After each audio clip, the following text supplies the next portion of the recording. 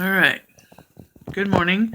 It is almost 9 o'clock. It is April the 28th. It's a Tuesday. I just thought I'd make a really quick video. It's been a while since I made one documenting what I look like and telling how I feel when I'm triggered. I feel like crap. Let's see. Last week, it had been 2 weeks since I'd been up at the hospital with my uncle. He had come home. He was doing well. We took him to his 2 appointments last week. I noticed on Saturday actually, a couple days ago, I noticed that I started feeling better. It's one of those things where you don't realize just how crappy you feel until you start feeling better.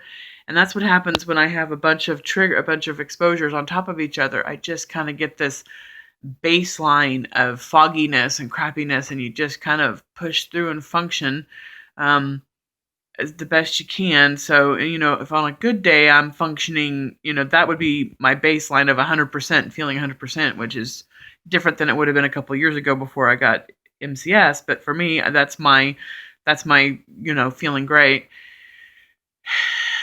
And after a trigger, I normally, go down to about 40%. What happens when I'm repeatedly triggered, I kind of actually go up functionality wise, maybe at a 50%, but it's all the time. And the amount of time that I function is much shorter. I was sleeping 9 and 10 hours a night, sitting here and like last night was a really good example. 7 o'clock, I was sitting here cross-eyed because I was so tired and I really wanted to go to bed, but I don't let myself go to bed any earlier than 9 or 10 o'clock at night, because then I'm up really early the next morning.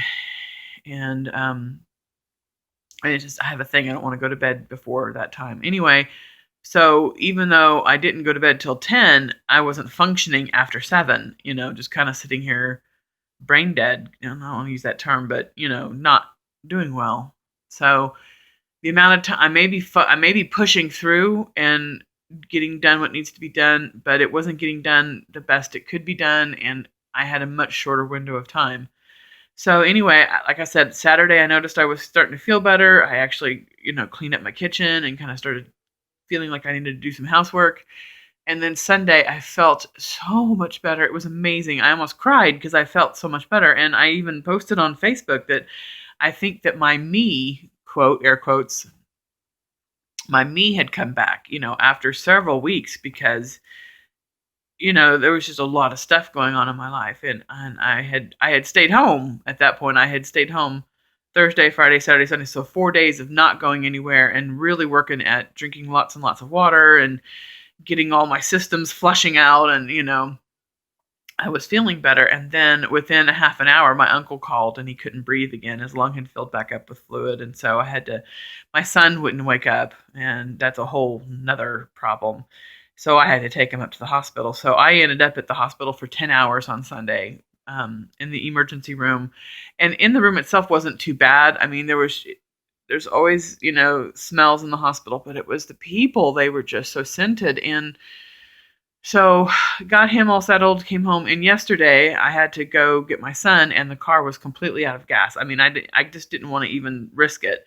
So my son was gone, and I had to put gas in the car all by myself, which is not a big deal. But when you consider, everybody else, it's a normal thing. Everybody puts gas in their car. Well, people like us, we can't do that because the fumes, and if it splashes on us, the petroleum products, the less refined the petroleum product, like a plastic bowl, probably it bothers me, but not as bad as gasoline does, because gasoline is less refined, less processed, maybe is the better choice. Anyway, so I had to put the gas in my car, and I did wear my mask and I did use a glove, but I stood downwind of the fumes, which was not smart. So anyway, all this to say, I feel pretty horrible.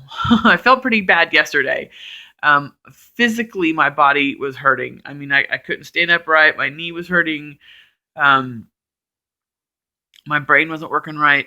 But today, it's even worse. I woke up and all my muscles in my shoulders and my neck, they're so tight. I can't get them to loosen. I'll have to work on it. I took a really hot shower trying to get them all loosened down a little bit, just so I could think. And what happens is the muscles get so tight, it just like a steel band is wrapped around my head. So my head hurts. My muscles, they hurt because they're so clenched. My joints hurt. I can't think very well.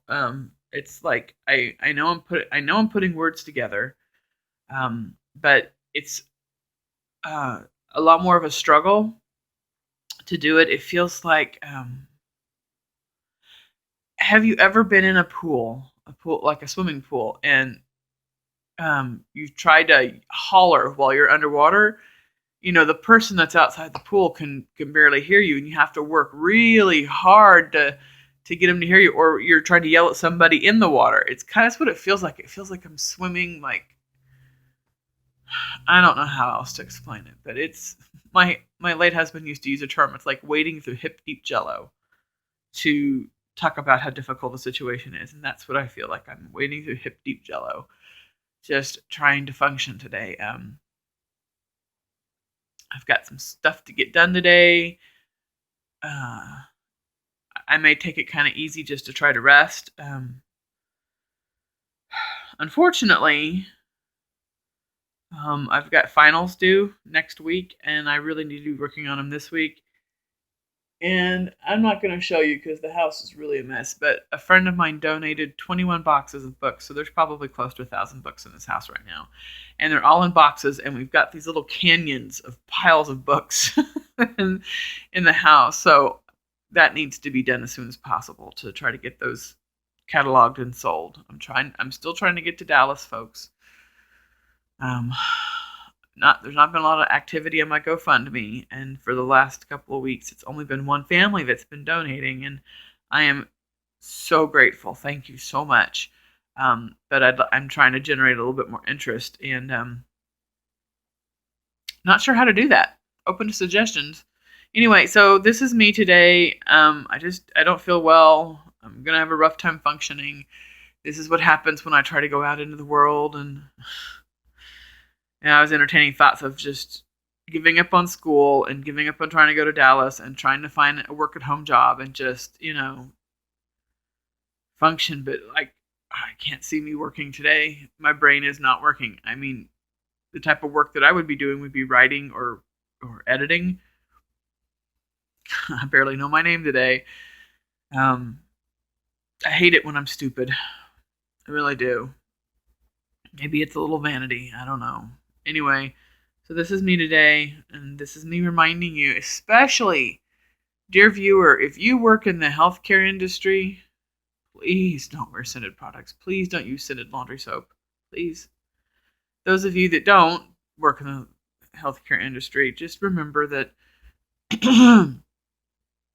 when you make choices as to spray on that perfume or to plug in that plug-in or spray that Febreze or use a scented laundry soap, you're making choices for yourself. Yeah, totally you are. You're making choices for your family, your children, your dog, your husband, your grandma, whomever lives in that home with you is being exposed to those toxins too.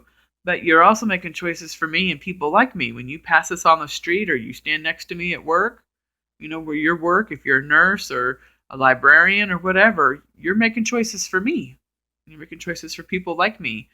You're making choices for the thousands of people that have asthma that get triggered by your scent. You are making choices for the thousands of people that have migraines that will go home and be sick for days because you chose to use that product. The people that have epilepsy that might have a seizure because you made that choice. So please choose wisely. Thank you. God bless.